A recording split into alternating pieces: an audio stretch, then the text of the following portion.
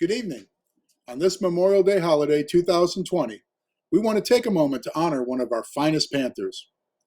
And while Memorial Day is typically reserved for honoring the fallen in war, we're going to honor a person who, though still with us, exemplifies all of the determination, honor, and character we hope for all of our graduates. William Bill Furlan is a 1937 graduate of Watervliet High School and is believed to be the oldest living graduate of our schools.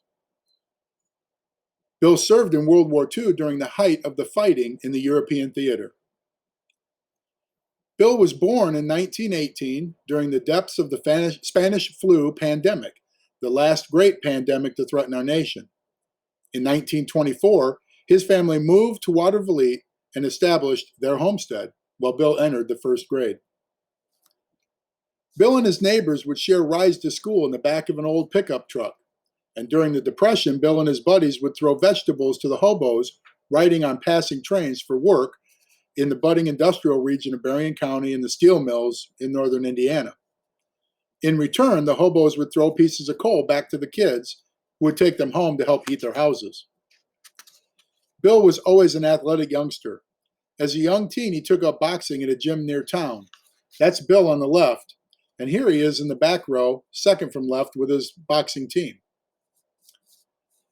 Bill played football for the Panthers and was a starting lineman for the 1936 Little 8 Conference Championship team. Bill earned several letters while in high school. This is his actual chenille W, first earned in 1935. He graduated from Watervliet High School in 1937. He married Jane Newnham in a 1942 double ceremony with her identical twin sister and Bill's lifelong best friend, Earl McKean.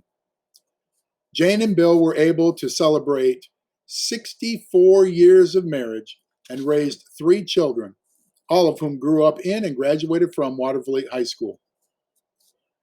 But very shortly after his marriage, duty called. Bill entered the U.S. Army during World War II and was deployed to the European theater. He served in the famous Red Ball Express division of the Truck Corps, a critical supply division serving the Western Front. The Red Ball Express was extremely important in keeping the soldiers on the front lines supplied with food, clothing, and ammunition. As a result, their operations were always under attack from German troops, hoping to cut off the Allied soldiers and starve them out. Bill came into the theater at Normandy just days after the initial invasion of the Allied troops. His division was primarily responsible for delivering supplies to the front lines near and at the infamous Battle of the Bulge. But for their heroics, the Allies would have been cut off from their supplies and would have been easily captured or killed. Historians have often told how perilously close we came to losing that battle, which turned the tide of the Eastern War. While in the service, Bill continued his passion for boxing by staying active in the Golden Glove tournaments of that era. And he was always a live wire. One night, during a blackout in Paris, Bill decided to drive his vehicle under the Eiffel Tower. Military police tried to wave him down, but he just kept going, pretending to greet them as he drove on by. Upon returning from World War II, he and Jane raised their children in Watervliet while he built a successful career at Automotive Specialties in Benton Harbor. Bill retired from OSCO as a supervisor. Always an athlete, Bill enjoyed golf and bowling his entire life. In fact, he was a regular in his men's golf league well into his 90s. Bill and Jane enjoyed many years wintering in Florida after his retirement from OSCO. Bill is described by his friends and family as a pleasure to be around, with a personality that attracts people to him.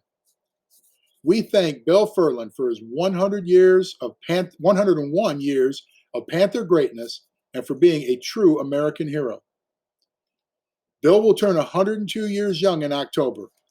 Mr. Furlan, Watervliet Public Schools salute you for your service, commitment, valor, and for reflecting the values of our schools and our community.